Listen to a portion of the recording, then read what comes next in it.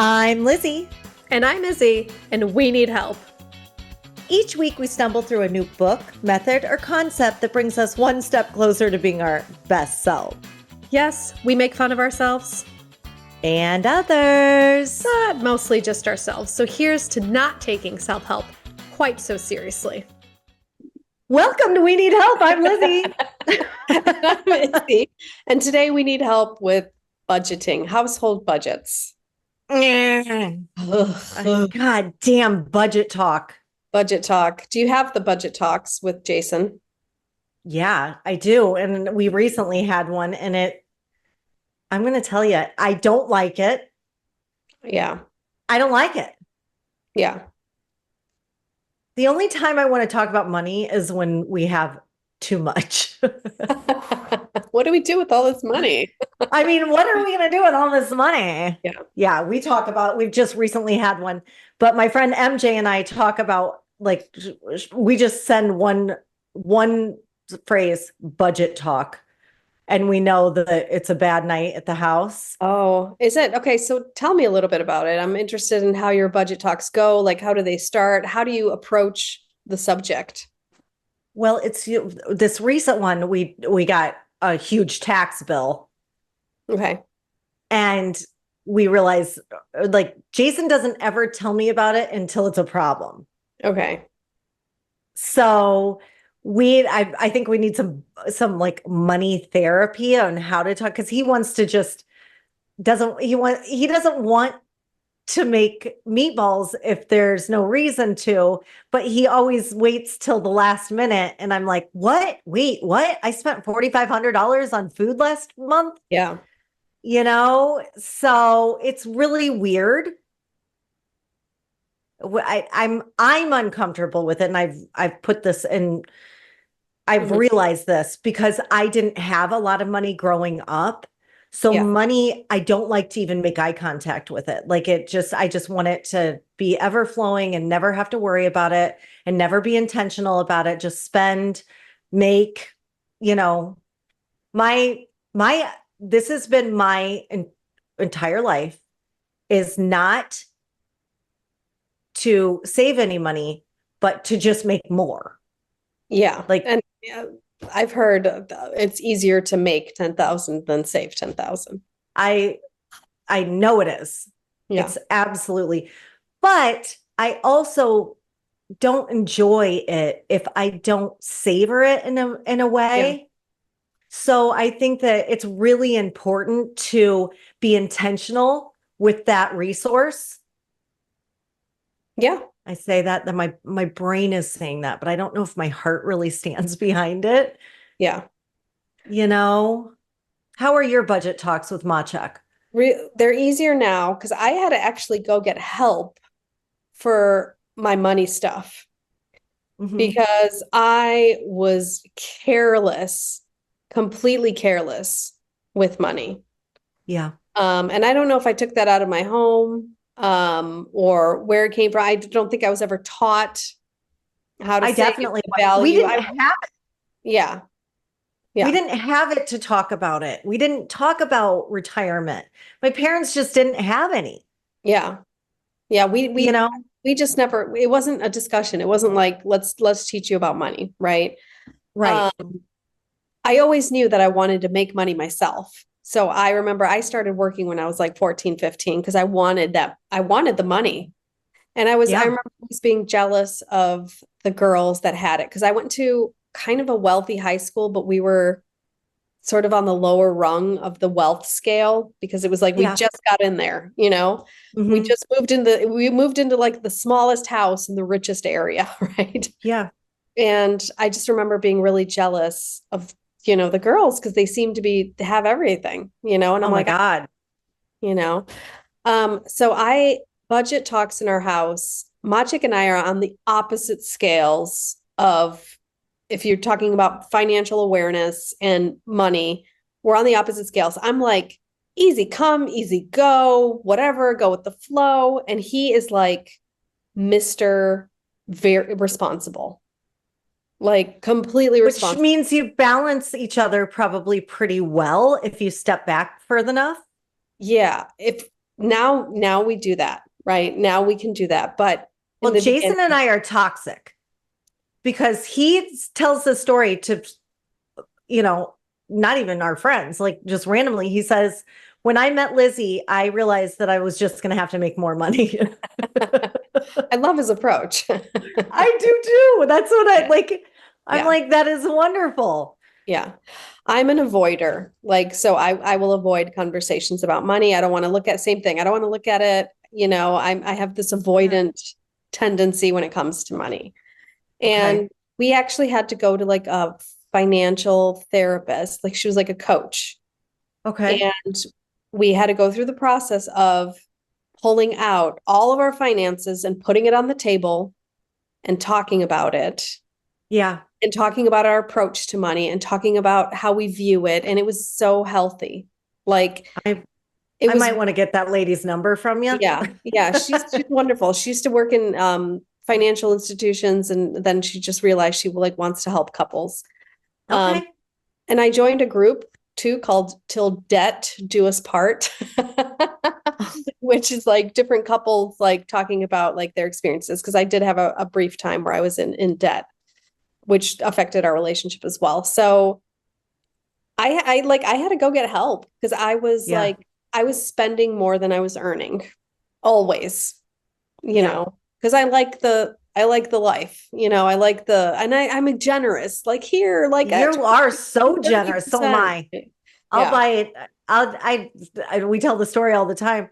I would take my nieces to Build-A-Bear and not be able to eat the next week because, I love to give people stuff. And it's just. Yeah. Okay. So tell me, like, what did we learn? Like, what did you learn from that lady? Okay. So it wasn't this lady, but I saw that I live in vagueness when it comes to how much I earn and how much I spend. I have no idea. Because she asked that question. She said, and Maciek knows. He knows exactly how much he earns. He knows exactly how much he spends. He knows what's in every account. He had it all. I had like more or less on a napkin. Like that's me. That is so me. And I'm trying to be better. Yeah. So, the suggestion was that I go get some help around it. And the suggestion to Maciek was that he kind of chill out a little bit because he's always panicked that we're going to end up homeless. And she said, look at like black and white, like, look what you have here. Like, you're very far from being homeless. Like, even if you stopped earning right now, you'd still be okay. Yeah. Forever. Yeah. Forever. So, so he had to work on his mindset and I had to work on getting clarity around the figures. She called them the figures, get clarity around your figures. So what was suggested to me was for 3 months, and this was so painful to me, I had to write down everything coming in and everything going out. Yep. Every day, every moment, every single time I spent even a dime, I had to write it down. I got an app and I was just putting it in the app. Okay. And then what was the app? Do you remember? It was just a spending app. If you just type in spending to there's loads of apps that do this. Okay. And then at the end of the month, I had to basically chart it all out. What am I spending money on? And I was shooketh. Shooketh. I didn't shaken to my core. Spending so much money on, first of all, like Ubers, like because I live in the city, so like so many taxis. I was spending money on a lot of like food delivery, like loads. It was just crazy, like the amount of money I was spending stuff on. I spent a lot on food. I wasn't joking about $4,500. Yeah. Yeah. I mean, it was ridiculous how much I was spending on food, like Starbucks, all this other stuff. And then what I had to come up with was not a budget, because that word budget, she even said that word budget is horrible because it means restriction. She said, create a spending plan. Create a spending plan. Not budget, because budget is like, you have to fit it into the budget. It holds you back. But spending plan is like, how am I going to release this money? How am I going to release it to? Yeah. Yeah. I like that. I like that. That So feels I had to good. like sit down and come up with a spending plan. And then what was really interesting, and I think we have to like revisit this topic with Maciek, because when I did do this, he was the breadwinner and I was the secondary breadwinner. But we were splitting things 50-50. Mm, And she was like, mm-mm. If he's earning 8 times more, you're looking at the household spending and he's putting 8 times more in, or okay. whatever it is. If he's earning 3 times more, he puts 3 times much in. That was such a Don't relief you, for me. don't you think that I mean, I have always totally intrigued about the way that people handle their money in their household. Yeah.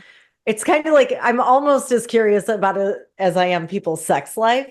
Yeah. It's like, I mean, because everyone's is different. Like Yeah. you know, like Jason is the major breadwinner, always has been. He likes it that way. I Yeah. mean, I tell myself that. I tell myself that. But like he and we have our money all together. Like we've never ever had separate money. But then there are people like you and Maciek that have separate accounts. And then there are people that I it's just I think the reason we have separate accounts is because when I entered into the relationship, I had a lot of debt. And I did okay. not want to come, I didn't want him to pay off my debts because I'd done that my whole life. Right. Okay. I got into debt and then I found like, come here, sugar daddy, like, or I found somebody to pay it off and it's not Okay. good for me. Right. So I'm really appreciative of the fact that Magic didn't swoop in like the white knight, and just pay off everything. Like I had to Okay. learn how to pay off my own debts, Okay. which was a very good experience for me. Very scary. I got very angry at times because, even though I knew it was good for me, I You're kind like, of he has all this money. Why can't I just yeah, but it was very good for me. And now I help other women get out of debt. So I know okay. why that happened. And I'm very grateful for that whole experience because it was extremely stressful, but it was also like extremely like I developed it Therapeutic. like very Therapeutic. Hey guys, remember to go to We Need Help, the podcast for all different kinds of stuff like our swag. You can find the episodes, you can find the books that we're focusing on, all the methodologies. Please go to We Need Help, the podcast today and enjoy the rest of the episode. So writing down the what's going in and out, what does that do? It's super interesting because women like me or people like me, we live in the vagueness. More or less. I don't know. I don't want to look at it. I became very connected to the money. I Yeah. started respecting it. And Yeah. what it helped me do was it reduced my impulse buying Mm-hmm. because Which, I'm like, oh, yeah. Yeah. Target. Candle, need this candle. It reduced it because I had to put it then in the app. And I'm like, I don't want to put it in the app. Like, so it connected me to my money. It was really You know interesting. what's I just thought of a little thing that helped me this year is I only order from Amazon on the 15th and the 1st of every month, or the 1st and the 15th. So in that 2 weeks, I'll add stuff to my cart. And then on the 15th, I'll be like, I don't want that. I don't want Yeah. that. Because Yeah. Amazon is like instant gratification. That is a brilliant suggestion, and I hope people take that on board. I made one for myself, which is if you really want to buy something, wait 5 days. So Ooh, okay. that was it. But I like the 1st and the 15th for online buying. But for me, it was in the shops. I would Yeah. go and I'm like, oh, I love that sweater. And I would put it on hold. If they could hold it for 5 days, great. If they couldn't, too bad. Yep. And then, you know what? 80% of the time, I would never go back. Right. Right. I would That's a never go really back. good suggestion. So that was a really good suggestion for me. Yeah, and it's just about being connected and having it's called clarity around your finances and clarity on exactly how much is going in, how much is going out, which I'm still not great at, but it's like now I have more of an awareness of like, my financial Do situation. you and Maciek have a certain like amount that you have to talk to each other about? Not yeah, we don't have that an amount, but it's probably the bigger purchases like vacations, Right. cars. I don't Would he buy just expensive clothes or jewelry. That's just not me. But if it's anything bigger, then yes, stuff for the house that's like bigger. We also made a decision that he paid for the building of our house. Right. And now he's handed that over to me. So the financial responsibility from now moving forward of the house is mine. And Okay. Warsaw, our houses in Warsaw are his. So we've kind of split that up, and it's fair. It comes out not totally even, but it comes out to where we're both happy and fair. You're both comfortable with it. Yeah, it's about communicating, and those conversations in relationships are really hard. The coach that we met with said, if it's really hard for you, do you guys have a bathtub? I'm like, yes. She goes, get in the bath and have those conversations in the tub, or go out to dinner and have it over dinner. Because we would sit on the couch at like midnight. Did you say we're not lesbians? Okay, yeah. We're not going to be. No, but we would sit on the sofa with the problem at the end of the day when we're both tired, and then start the money conversation. Don't do that. Nobody do that, please. If you're going to have the money conversation, don't do it at the end of the day before bed when you're both tired. Right. That's so true, because it like you start to just take everything personally when you are not at your highest, vibration. Yeah. So Jay and I have an amount that we talk to each other about. And I think when we first started our marriage, it was like $500. Mm-hmm. And we haven't revisited it, but in my mind now it's like $1,500. Mm. And, maybe I should put it back down to 500, but like I think it is good to have a conversation about high ticket items so people don't feel blindsided. Yeah, absolutely. And we didn't have to agree with Maciek on that. We just kind of went without saying. Yeah. Yeah. What else? What else did you learn? So the spending plan, there's like room in there to spend, obviously.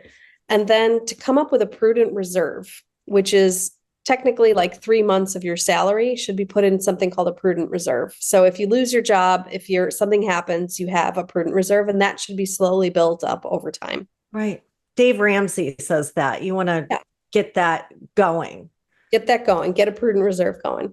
The other thing that I learned was if you get suddenly a big amount of money, whatever, inheritance or something, you win the lottery, 30% is to pay off any debts. So credit cards, any past debt, 30% for today that you can just spend, and 30% or whatever is left for future. I'm like, wait, that's 40%. Yeah. No, they're like 30, 30, see? 33, 33, 33, something like that. Right. So it's divided up that way. Right. Or I think it's like 10% into your prudent reserve, 30% for savings. So you kind of divide it up, because I've worked with a lot of girls and suddenly they get a bunch of money and they're debt, they don't know what to do with it, Right. So it's like past, present, future. So I really liked that. I thought that was a clever idea.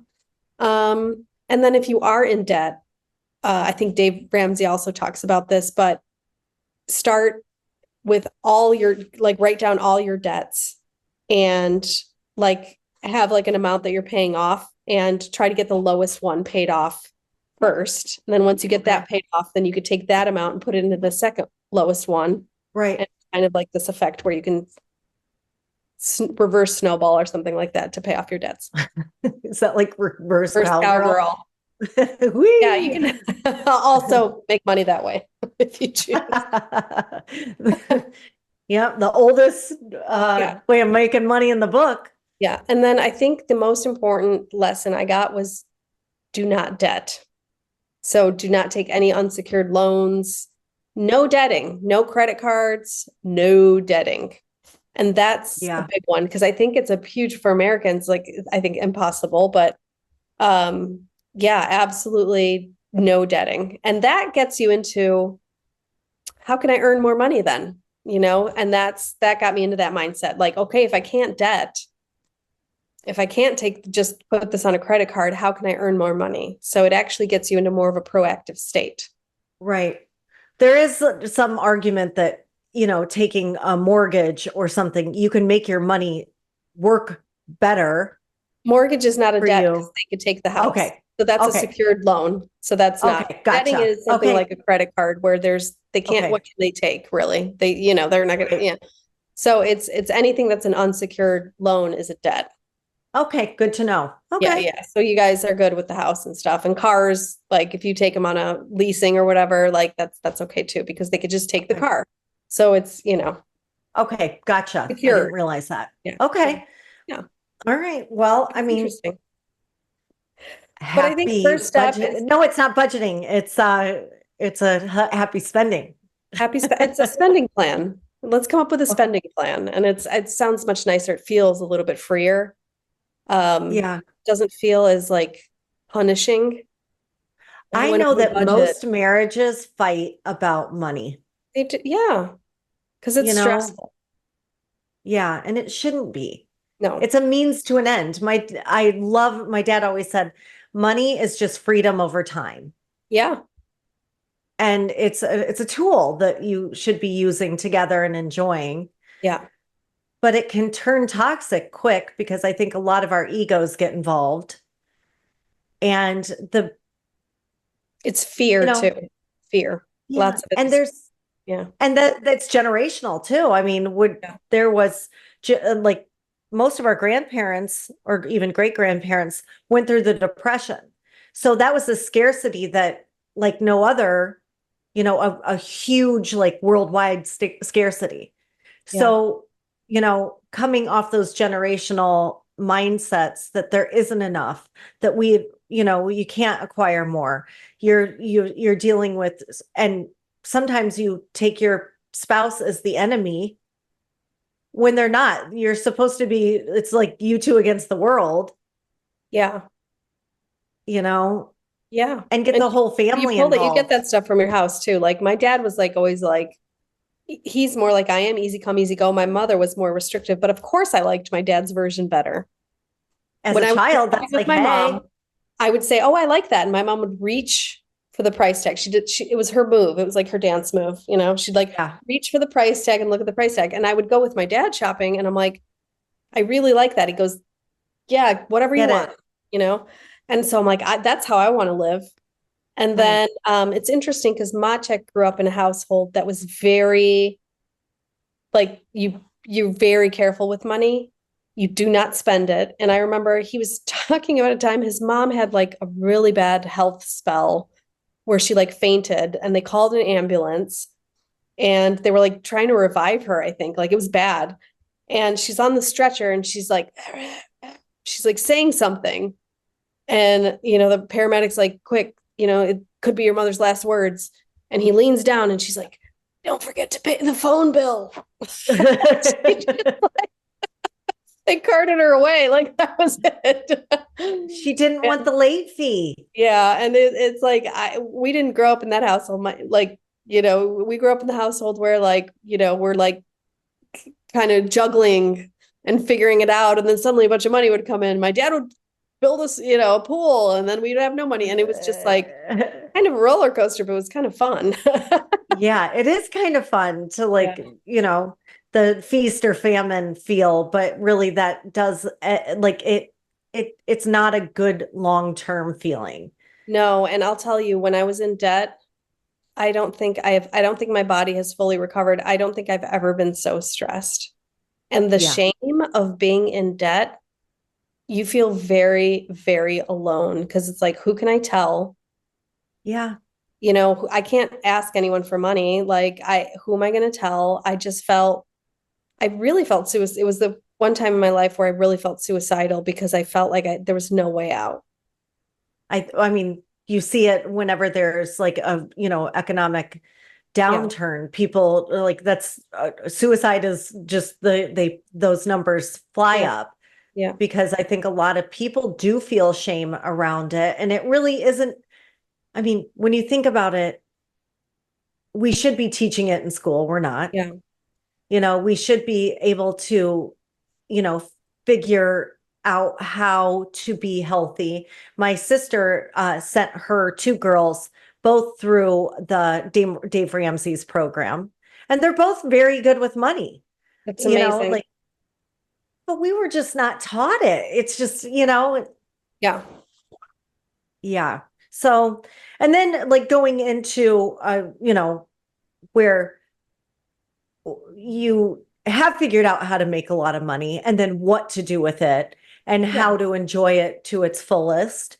And, that is a whole nother uh, road to travel. And I think that that should be taught too. Yeah, I mean, I was so amazed when we met with this coach because she was telling us like you need to diversify, you need to have this, you can't just have all your money in one place. You're You need like, oh, yeah. stop right there. I hire Black people. Yeah. Like I have friends that are I have brown. a DIDEI with diversity and inclusion. No, but she said like you really need to just put your money in different places. And Right. she said money has its own energy and it needs to kind of be moving around. And if it just sits somewhere, it's going to decay. So that was an interesting point. I do have And like a witchery that like when I feel like money is not flowing in, yeah, I go through my entire house and get rid of everything yeah, and like donate it. And for some reason that feels like it opens up the flow a little bit more. it does. Yeah, I've done that too. And then I think just going to finish on this, like an important thing about the spending plan is to put in categories that take care of yourself, because I think budget also sounds like it's not fun, but like putting categories for like entertainment, self-care, like fun vacations, like have those categories for yourself, because Right. even putting in those categories, even if you don't have money for it now, opens up that like portal of energy. I know that sounds silly, but like It it doesn't. opens up the possibility, right? Well, and just paying yourself Yeah, something. yeah, That's a Dave Ramsey thing is, yeah, pay yourself first. yeah, And I think that that's really, really important yeah, to, it's a ping of reward in some way. yeah. And it's interesting because people who are in debt think I just have to pay all my debts off, so I'll starve, and Yeah. they just get into more debt that way. So it is true. This pay yourself first. You have to take care of yourself first, and then what is left over is for the debts, which it sounds counterintuitive, but if you're not in a good place, you're just going to keep debting. You're just going to keep being in Well, this and place of you scarcity. you've got to step into abundance somehow. Yeah.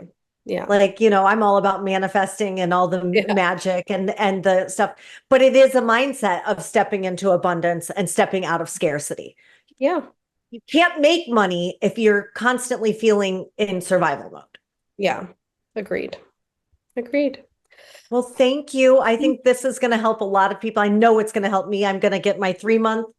I'm going to write down everything for the next 3 months. I'm going to do it. It's really And hard. It's I know. interesting because I was suggested that I do it, and for some reason there was so much resistance. I'm like, why is there so much resistance? So then I knew I had to do it because there was the resistance. Yeah. Well, I love it. And then I'm going to chart it all, and then I'm going to create my spending plan. Yeah. And I think this is going to help a lot of people, but mainly I love that it's going to help me. I love that it's going to help you too. Ah, see you next Tuesday. Tuesday. Thank you so much for joining us this week on We Need Help, the podcast. Make sure to like, subscribe, like again our YouTube channel, our Instagram, follow us wherever you can. It really, really helps us out and ensures that you won't miss any future episodes. So, yep, thanks to you, we can keep going. We'll see you next Tuesday. See you next Tuesday. Love you. Bye. Bye.